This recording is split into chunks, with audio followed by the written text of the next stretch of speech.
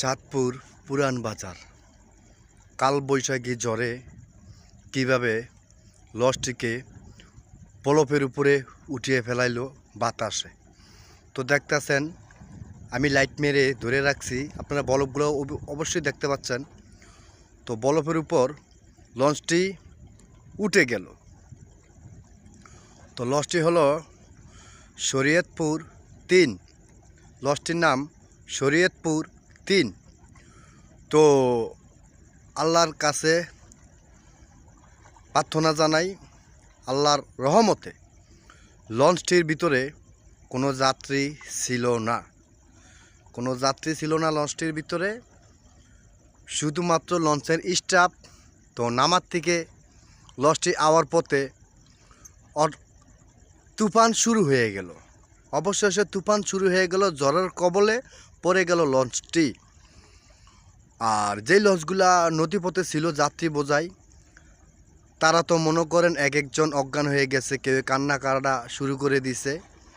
তো রাখার মালিক হয়েছে আল্লাহ, জানি না আর কি ক্ষতি হয়েছে না হয়েছে। তো লঞ্চটি যেই বরফের উপরে আছে, এদিকে বর্তমানে এই বরফের ওই সাইডে আবার চর, মানে শুকনা। ওদিকে এই বরফটির একটু সামনেই, এই যে বরফগুলোর একটু সামনেই শিশুরা গোসল করে, একবারে শুকনা, পানি কম।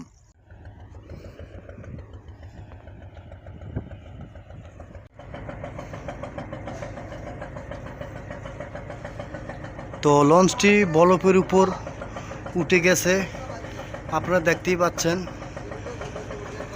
পুরা কালবৈশাখী ঝড়ে লঞ্চটিকে বরফের উপর উঠিয়ে ফেলছে। আল্লাহর অশেষ দয়ায় যাত্রী ছিল না, আল্লাহ চাইছে।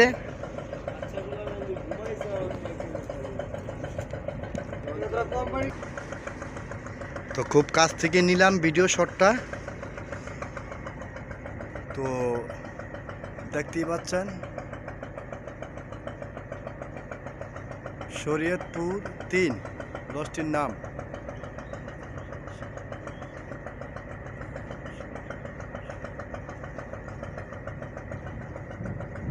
লঞ্চটির নাম শরীয়তপুর 3। খুব কাছাকাছি এসে ভিডিওটা করলাম। তো আল্লাহর কাছে লাখো শুকরিয়া, কোনো যাত্রী ছিল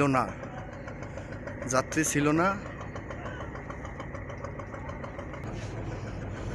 অনেক কষ্ট হয়েছে আমার, তারপরে আমি লঞ্চের উপরে উঠলাম আপনাদেরকে পুরো ভিডিওটা দেওয়ার জন্য।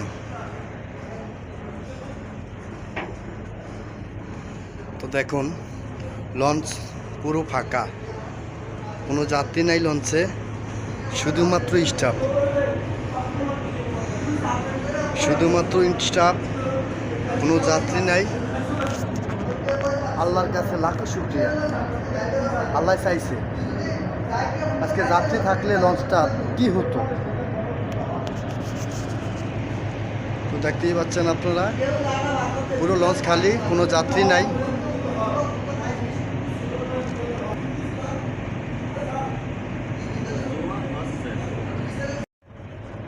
তো আমি আছি শরীয়তপুর 3 লঞ্চের উপরে।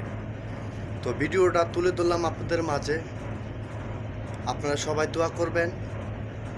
তো আল্লাহ চাইছে বিদায়, হয়তো যাত্রী ছিল না, এই জন্য আল্লাহর কাছে প্রার্থনা জানাই, লাখো শুকরিয়া।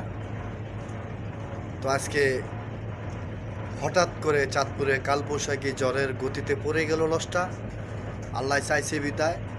যাই হোক, বরফের উপরে বাতাসে এনে লঞ্চটিকে উঠাইছে। তো লঞ্চ ড্রাইভারের কোনো হাত নাই এই জায়গায়। তো বাতাসে কন্ট্রোল করতে পারতাছে না বিদায় লঞ্চটি উঠে গেল বরফের উপরে। আপনারা তো অবশ্যই ভিডিওটা দেখছেন, বরফগুলোও দেখানো হয়েছে। সবাই দোয়া করবেন, সবাই ভালো থাকবেন, সুস্থ থাকবেন। আল্লাহ হাফেজ।